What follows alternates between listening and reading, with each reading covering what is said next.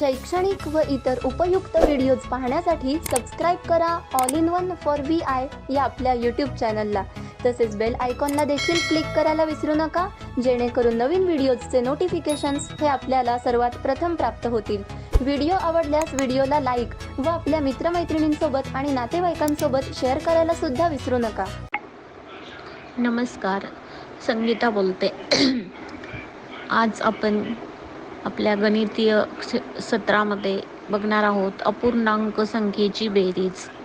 तर अपूर्णांक हा आपल्याला गेलेला आहे. अपूर्णांक म्हणजे ज्या संख्येला पूर्ण भाग जात नाही, छेदाने पूर्ण भाग जात नाही, त्या संख्येला आपण अपूर्णांक असे म्हणतो. तर अशा या अपूर्णांकांची बेरीज कशी करायची, तर पहिल्यांदा आपण जो प्रकार बघणार आहे तो म्हणजे जर छेद असमान असेल तर या अपूर्णांकांची बेरीज कशी करायची. उदाहरण सांगते.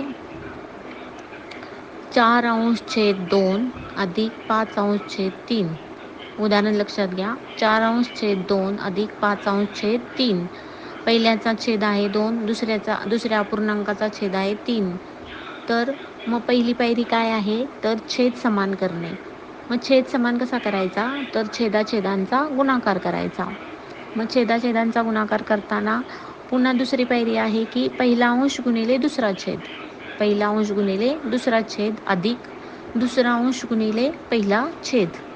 तर चला, 4 गुणिले 3, 4 गुणिले 3 छेदस्थानी 2 गुणिले 3, 4 गुणिले 3 छेदस्थानी 2 गुणिले 3 अधिक 5 गुणिले 2, 5 गुणिले 2 छेदस्थानी 3 गुणिले 2, म्हणजे पहिला अंश दुसरा छेद अधिक दुसरा अंश पहिला छेद.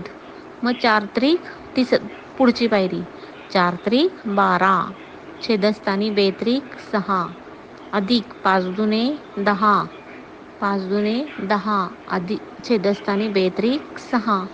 मग 12 आणि 10 किती झाले, 12 आणि 10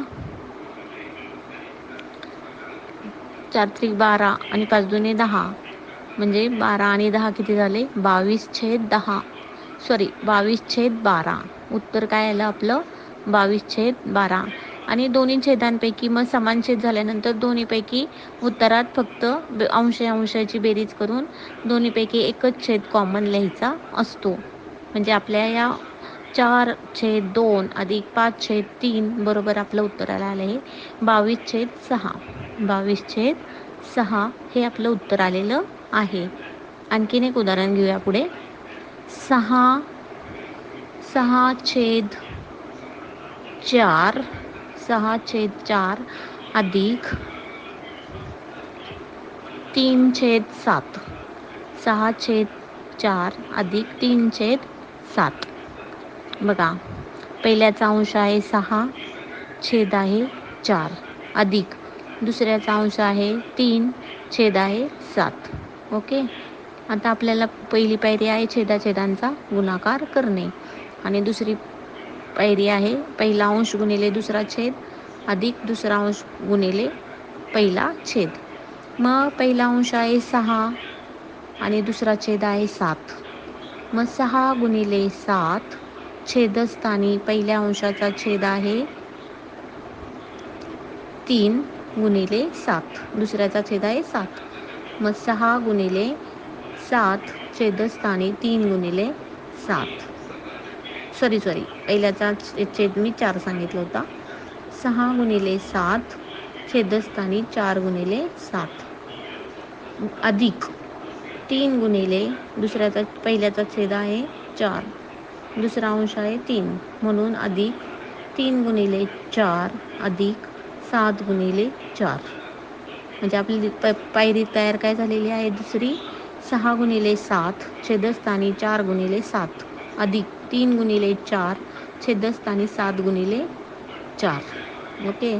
6 छेद 7 चोक 28 अधिक 3 चोक 12 छेद 28, 12 छेद 28.